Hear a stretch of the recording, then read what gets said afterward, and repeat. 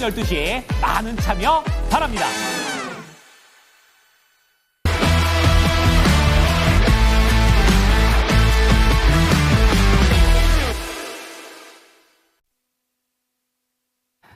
이슈 딥다이브 시장의 중심 이슈에 깊이 들어가 보겠습니다. 오늘 수요일 썬투자 송범선 실장, 헤르메스 스탁 김시은 팀장입니다. 두 분 안녕하세요. 안녕하세요. 네, 오늘 주제 보겠습니다.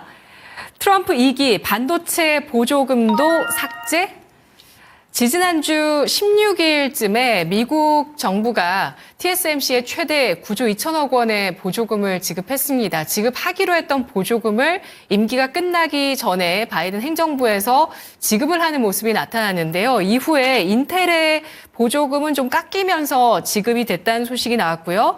또 이 트럼프 2기 행정부 측근 쪽에서는 지원금에 대해서 철저히 조사해야 된다. 그리고 이 밖에도 그 정보효율부 수장 쪽에서도 라마스왑이죠. 이 바이든 행정부의 보조금 지급에 대해서 비판을 하면서 재검토해야 된다라는 이야기들이 나오고 있습니다. 반도체주 투자 심리에 영향을 주고 있는데요. 송범선 실장님 먼저 의견 들을게요. 반도체 보조금 없어질까요? 네, 지금 뭐 계속해서 추진을 하고 있다 보니까 뭐 여러 가지 문제들이 생기고 있죠. 그래서 바이든 행정부에서 이미 지금 서두르고 있죠. 막바지에 이제 여러 가지 서두르면서 뭐 인텔에도 지급을 하고 TSMC도 지급을 하는데 이런 점들을 만약에 트럼프 행정부에서 계속해서 제동을 건다라고 한다면은 이미 지급한 것도 뭐 환수 처리라던가 뭐 계약 취소 이런 식으로 될 가능성도 어느 정도 있습니다. 그렇기 때문에 이런 점에 대해서는 어느 정도 좀 신경 써야 된다. 좀 위기감을 각성을 해야 된다. 이렇게 좀 생각하고 있고요.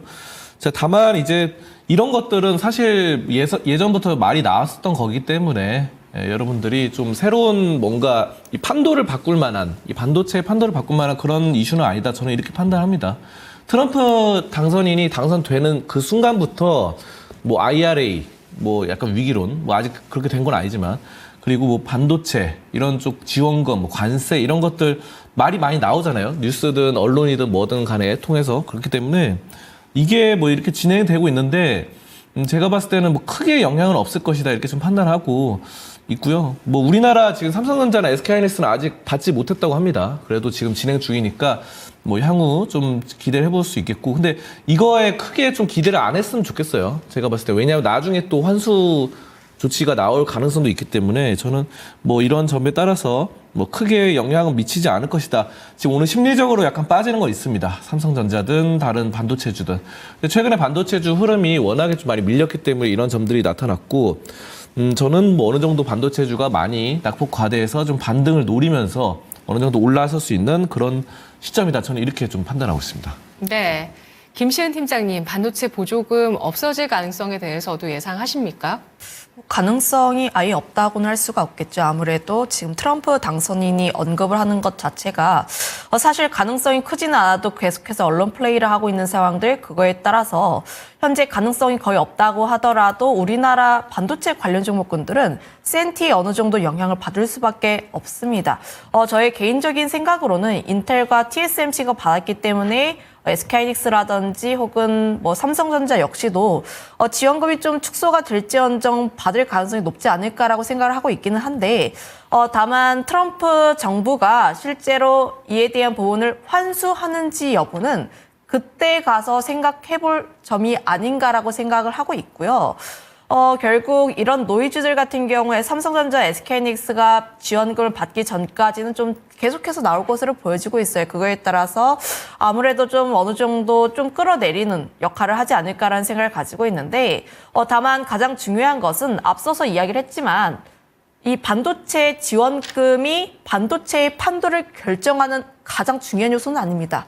좀 하나의 요소라고 보시면 좋을 것 같고, 가장 중요한 것은 AI에 대한 반도체들, 거기다가 레거시 쪽에 대한 내용들이 다시 한번 회복을 하는지 여부가 가장 중요한 시점이 아닌가라는 생각을 가지고 있는데, 현재 엔비디아 같은 경우에는 AI 쪽에 대한 기대감이 아직까지도 남아있는 상황들, 이번에 델 쪽에서 실적 발표가 나왔는데 매출과 EPS 굉장히 좋았음에도 불구하고 약간 시장에 대한 외면을 많이 받았습니다. AI는 굉장히 좋은데 PC 쪽에서 아직까지 회복세가 조금은 덜 나오고 있다는 부분이라고 보시면 좋을 것 같아서 현재 SK하이닉스, 삼성전자 4분기 실적 약간 꺾일 수 있다는 내용들이 나오고 있어요. 레거시 쪽에 대한 부분들, 특히 뭐 낸드라든지 기존 범용 쪽에 대한 수요가 좀 나오지 않고 있는 데다가 중국 쪽에 대한 가동률로 인해서 지금 범용 쪽은 노이즈가 계속해서 나와주고 있는 상황들, 저는 지원금의 내용들보다는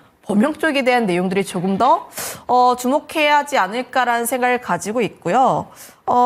그거에 따라서 지금 뭐 삼성전자, SK하이닉스 아직까지도 약세에 대한 흐름들이 나와주고 있기는 한데, 다만 이 내용들이 이렇게까지 과연 많이 빠질 만한 내용들인가 조금 더 집중해 본다면 AI 쪽에 대해서 조금 더 초점을 맞춰볼 필요가 있지 않을까라는 생각을 가지고 있고, 우리가 레거시 쪽에 대한 내용들은 이미 상반기 초반 때만 가지고 있었어요. 그래서 저는 기대감은 거의 없는 주가의 모습이다라고 보시면 좋을 것 같아서 네.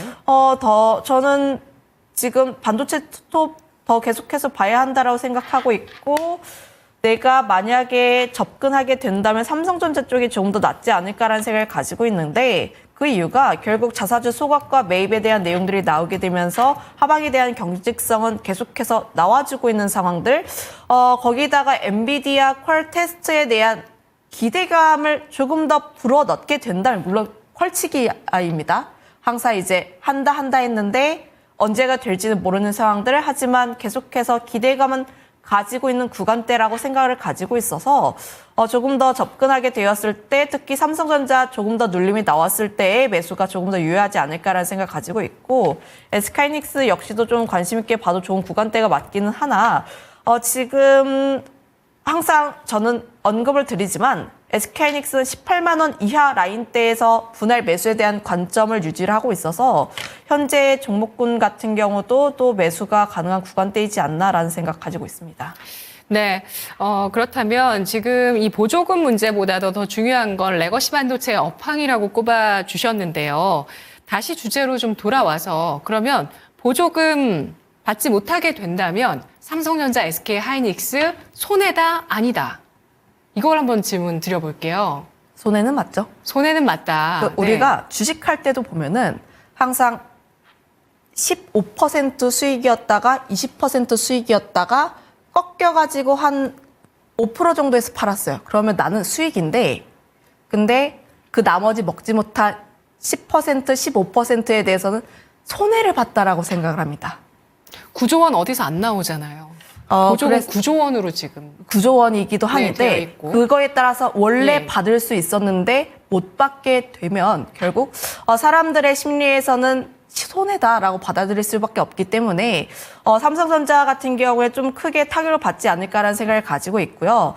다만 SK하이닉스 같은 경우는 규모가 좀 작다라고 보시면 좋을 것 같아요. 1조가 좀 안 되는 규모이다 보니까 그에 대한 영향에서 SK하이닉스 같은 경우에는 삼성전자 대비했을 때 조금은 자유롭다라고 보시면 좋을 것 같습니다. 네, 송범선 실장님, 손해다 아니다, 어떻게 보실까요? 못 받으면 손해죠. 못 받으면 손해인데, 저는 뭐 어느 정도 약간 환수 가능성도 예상하고 있어가지고 크게 뭐 신경을 안 씁니다. 근데 다만 이제 먼저 받은 회사들은 좋겠죠. 아까 전에 말씀드렸다시피 뭐 TSMC라던가 인텔이라던가 이런 회사들은 이미 받았기 때문에, 그래서 지금 저는 좀 이렇게 봅니다. 그래서 어떤 주식을 좀 보고 있으면은 TSMC가 이미 이 반도체 보조금을 받았기 때문에 거기에 관련된 에이징랜드가 이제 TSMC의 공식 이 파트너사이기 때문에 이쪽으로 해서 좀 어느 정도 좀 수혜를 볼 수 있지 않을까 싶어요. 그래서 에이징랜드가 계속해서 좀 성장을 하고 있고, 우리나라에서는 유일한 공식 협력사입니다. 그래서 TSMC에. 그래서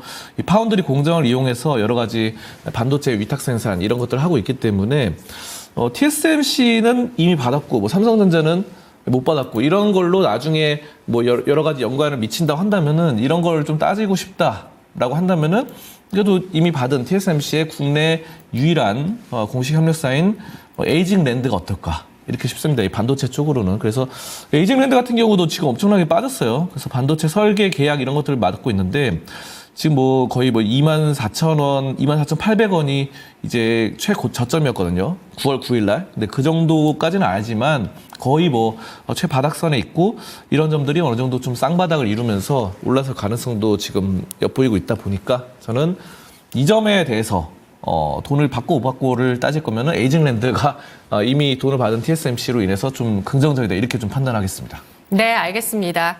보조금이 지급되지 않을 가능성에 대해서 나오고 있습니다. 트럼프 2기 행정부의 입장, 과연 실제로 반도체 보조금, 칩스법의 보조금에 대해서 그 지급을 취소할지 여부는 아직은 불확실한 상황이지만 그 가능성도 내다보면서 바라볼 필요가 있겠다라고 보고 있고요. 다만 반도체주 어느 정도 저점을 다졌다는 점에서 여기에서 저점을 다지고 올라가는 모멘텀으로 삼성전자의 퀄 테스트, 엔비디아 퀄 테스트 통과 여부, 또 레거시 반도체 업황 꼽아주셨는데요. 각각 탑픽으로는 송범선 실장은 에이징랜드 보셨고 김시은 팀장님은 삼성전자 보셨네요. 다음 두 번째 주제 보겠습니다.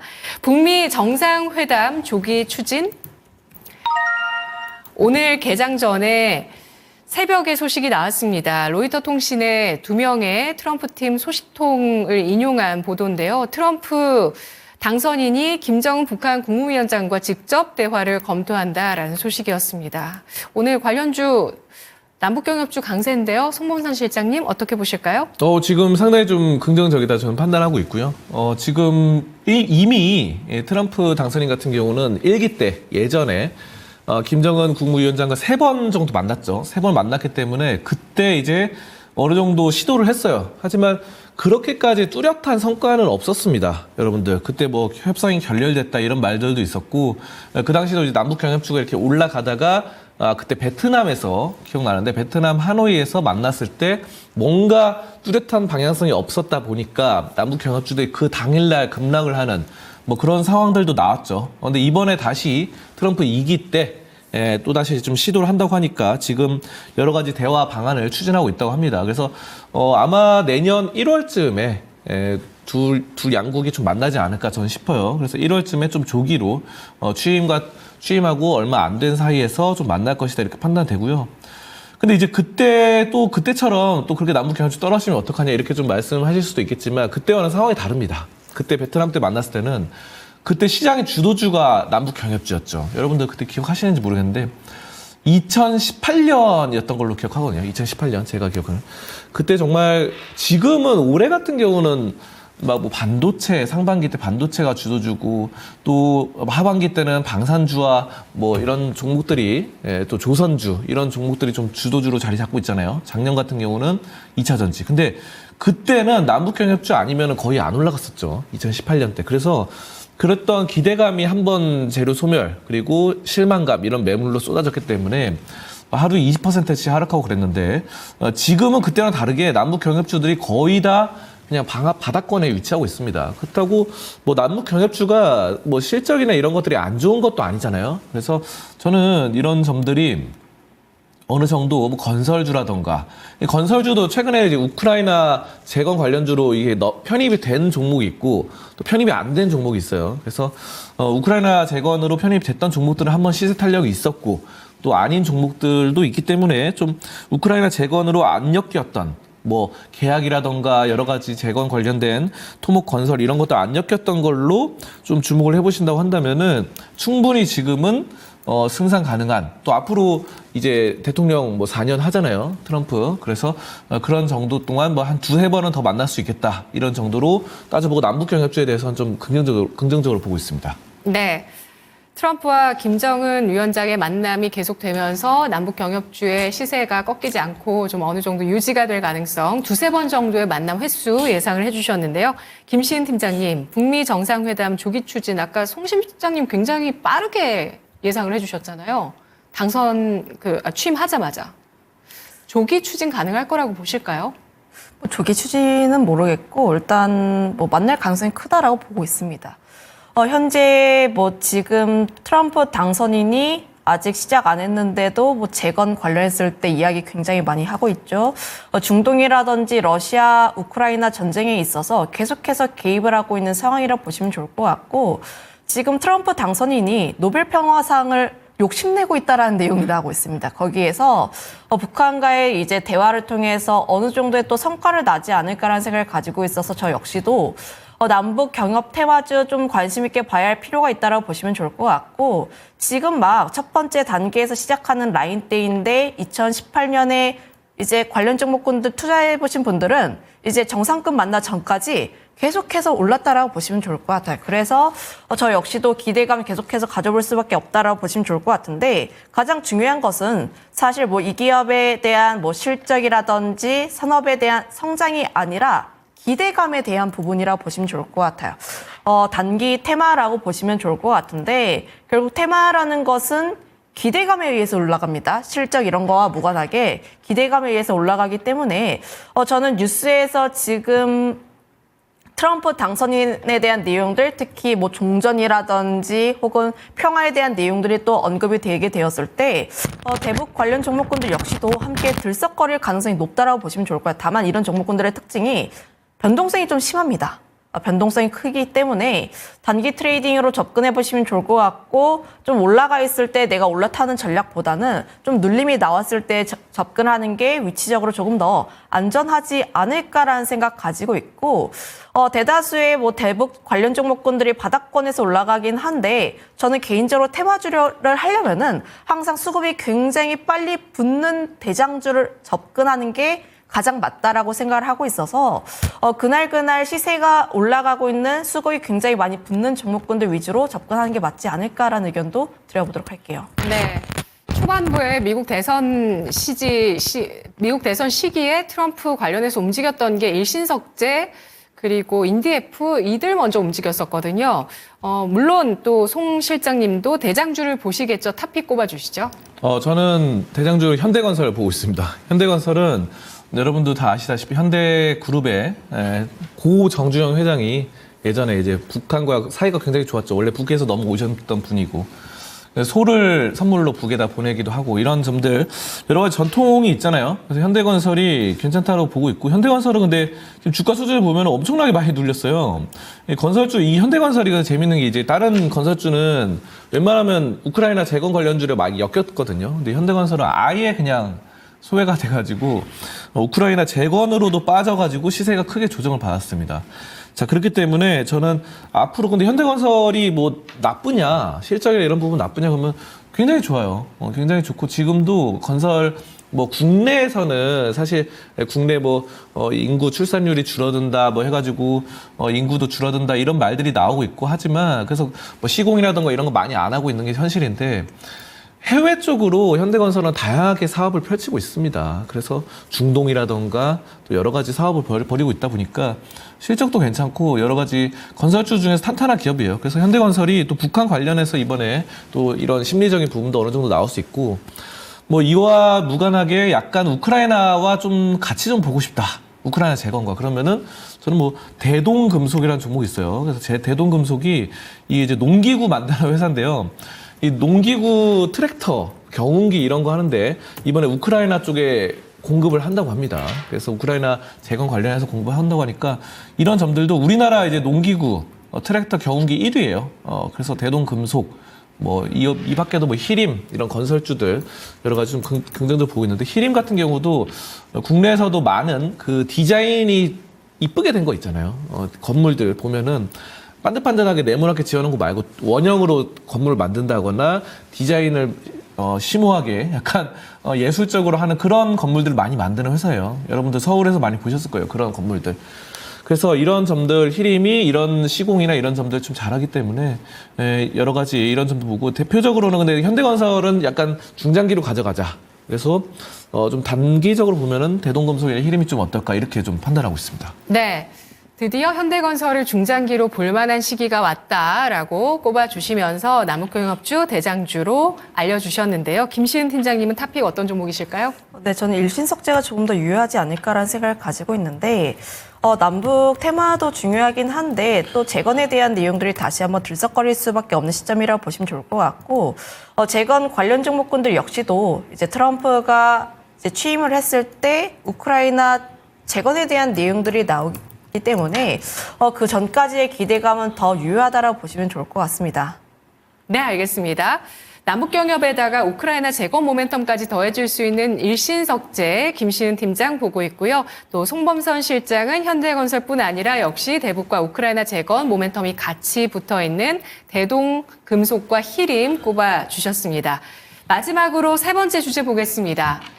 경기 방어주가 매력적인 시점?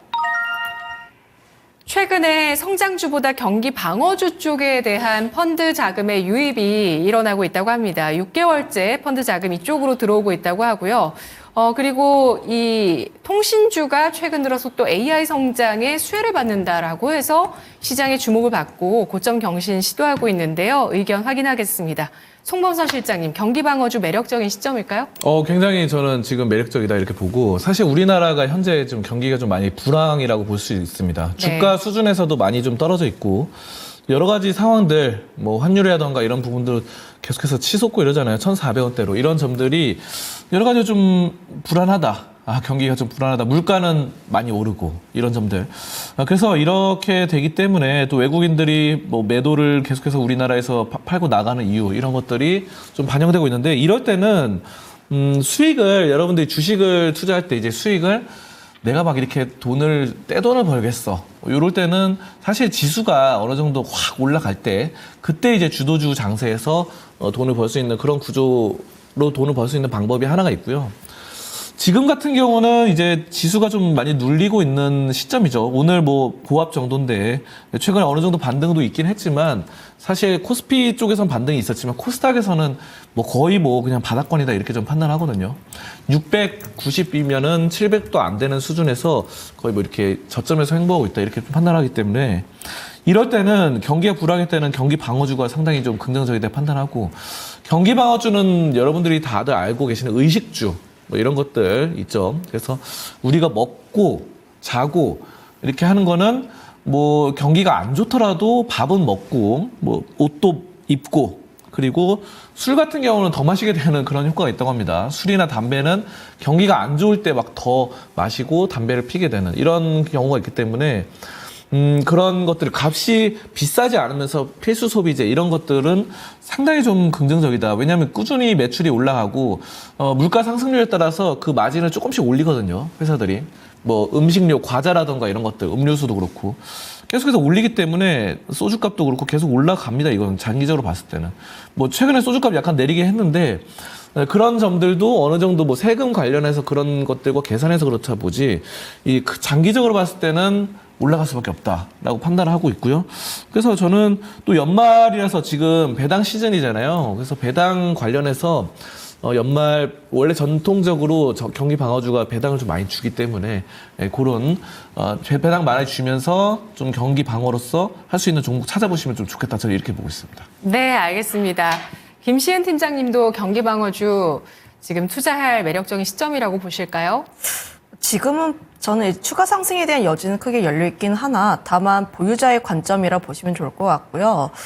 지금 뭐 통신주들 혹은 배당주들 혹은 경기 방어주들이 강한 이유는 크게 두 가지가 있습니다. 첫 번째, 시장이 워낙 안 좋다 보니까 그에 대한 수급들이 방어주 쪽으로 몰리고 있다고 보시면 좋을 것 같고, 두 번째, 앞서 이야기를 했던 것처럼 배당에 대한 매력도가 증가하고 있다고 보시면 좋을 것 같아요. 특히 통신주들 같은 경우에는 이제 순이익의 50%를 배당으로 주겠다 이런 내용들을 하다 보니까 결국 주주 환원 정책에 대한 기대감까지 더해지고 있고 12월에 밸류업 지수 쪽에 대한 리밸런싱에 대한 기대감들 이런 다양한 요소들이 얽히고 설키고 있는데 현재 통신주들 같은 경우에는 AI로 인해서 성장에 대한 기대감까지 가지고 있다라고 보시면 좋을 것 같습니다. 다만 우리가 주가가 움직일 수 있다와 거기서 우리가 생각하는 기대 수익률을 좀 노려보는 것은 좀 다르지 않나라는 생각을 가지고 있는데, 현재 바닥권에서 이미 꽤 어느 정도 올라온 상황들 배당을 결국 기다리시는 분들은 저는 꽤 오랫동안 모아오셨다라고 생각을 하고 있어요. 지금에서야 막 배당주 요즘 뜨고 있으니까 배당해야겠다가 아니라 이미 뭐 8월, 7월 사람들 관심 없을 때 주가가 낮았을 때 접근하는 게 통상적입니다. 그래서 저는 배당을 노리시는 것도 좋기는 한데 저는 그 자금을 오히려 다른 쪽에 보내보는 게 맞지 않을까라는 생각을 가지고 있고요. 예를 들어서 엔터라든지 AI 소프트웨어 혹은 콘텐츠 관련 종목군들이 바닥권에서 다시 한번 올라오고 있는 시점이라고 보시면 좋을 것 같아요. 최근에 굉장히 핫한 종목군들이 있기 때문에 저는 기대 수익률적인 측면에서 배당주 혹은 방어주 접근한다 하시면 전 추천 안 해드리고요. 그리고 배당 쪽에 대한 매력도를 가지고 있으신 분들은 지금 사실 접근을 하기에는 또 주가가 굉장히 많이 올라와 있습니다. 그래서 배당주에서 접근할 때 가장 중요한 것은 내가 어떤 포지션에 주가를 가지는지라고 보시면 좋을 것 같아서 지금 자리에서 굳이 추천하지는 않는 자리다라고 보시면 좋을 것 같아요. 네, 김시은 팀장님은 배당주 기대 수익률 측면에서 현재 애매하다고 판단을 하고 있는데요. 송범선 실장은 매력적인 시점이라고 보셨기 때문에 경기 방어주, 배당주 가운데서 탑픽을 꼽아 보겠습니다. 실장님? 근데 이거는 배당을 많이 주는 종목은 아닌데 현재 잘 맞는 종목은 한국가스공사를 좀 말씀드리겠습니다. 한국가스공사 배당을 많이 안 줘요. 근데 이제 이거가 지금 대왕고래 관련주로도 엮여 있거든요. 그래서 사실 가스라는 거는 우리나라 좀 독점적인 한국가스공사 독점적이기 때문에 엄청나게 우리나라 한국가스공사 제일 위에 있고 그거를 이제 뭐 경기도라던가 여러 가지 공사, 뭐 삼천리 그리고 인천가스공사 등등 이렇게 나눠줍니다. 가스 배급을. 이 독점적인 거라서 이제 한국전력하고 좀 비슷하다고 볼 수 있는데 이 원래 되게 보수적인 기업이었는데 최근에 이제 대왕고래 관련주로 엮이면서 엄청난 탄력이 붙었죠. 그래서 시추, 가스, 석유 시추 이것과 테마가 있어 탄력성이 좋아졌는데 오늘 11월 27일 날 정부에서 발표를 합니다. 한국석유공사가 동해 심해 가스전 이거 대왕고래 시추 계획을 최종 승인한다. 이 확정을 계획 발표하거든요. 그래서 조금 이따 발표할 것 같아요. 뭐 1시나 2시쯤. 정확히 몇 시에 하는지는 제가 아직 확인을 못 해봤는데 그래서 이런 점들 오늘 발표하니까 이거 지금 좀 눌리긴 했는데 1시간, 2시간, 3시간 뒤에 발표하면은 좀 올라가지 않을까. 이렇게 가스 관련 테마주로도 보면서 보고 있고 아까 배당으로 많이 주는 걸 좀 찾아보면은 배당만 말씀드리면 효성이 전 좋다고 생각합니다. 효성이 지금 배당이 6% 7% 주거든요. 그 1년 연 배당이. 그래서 근데 지금 최근에 많이 눌려가지고 효성그룹이 뭐 롯데 위기설처럼 롯데가 최근에 뭐 유동성 위기 있었잖아요. 그런 말이 롯데케미칼 나온 것처럼 효성도 뭐 롯데 다음에 2등이 효성이 유동성 위기다 이러는데 저는 제가 재무대표를 보니까 뭐 유보율도 많고 끄떡없는 것 같습니다. 부채도 별로 없고. 그래서 근데 배당을 꾸준하게 3,000원대로 주고 있거든요. 근데 3,000원대를 시가 배당으로 현재 계산해 보면 한 7%, 6% 이 정도 되기 때문에 이런 점에 따라서 보면은 효성이 배당 매력도가 굉장히 높다. 저는 이렇게 말씀드리겠습니다. 네, 경기 방어주이면서 대왕고래 프로젝트 오늘 그 또 발표 일정이 있다는 점에서 발표한 이후에 주가 올라갈 수 있다라고 보고 있습니다. 한국가스공사 배당주로는 효성 꼽아주셨고요. 그리고 김시은 팀장은 이런 경기방어나 배당주보다는 엔터 콘텐츠 AI 소프트웨어 쪽이 지금 관심 있게 볼만한 시점이라고 판단해 주셨네요. 분석 여기까지 드릴게요. 고맙습니다. 네, 이슈 딥다이브 알아봤습니다. 자, 거인의 시선 앞서서 오늘 낮 12시에도 여러분께 드리는 퀴즈쇼가 있습니다. 증권통팟 지금 나가고 있는 QR코드를 통해서 입장해 주시면 지금까지 어플 받지 않으신 분들 어플 받아주실 수가 있고요. 어플 받아두신 분들은 알림이 뜹니다. 이 알림이 떴을 때 바로 입장을 해주시면 매일 낮 12시에 진행되는 증권통팟에서 최종의 승자가 되셔서 코인 받으실 수가 있습니다. 저희 재미있는 퀴즈쇼 함께 해주시면서 또 상식도 늘려가시고 경제와 주식에 대해서 더 가까워지시길 바랄게요. 자, 이제 거인의 시선 알아보도록 하겠습니다. 오전장 복귀하면서 오후장에 투자 포인트가 될 만한 부분들 요약해서 짚어드리는 시간, 토마토 투자클럽 이재필 전문가입니다.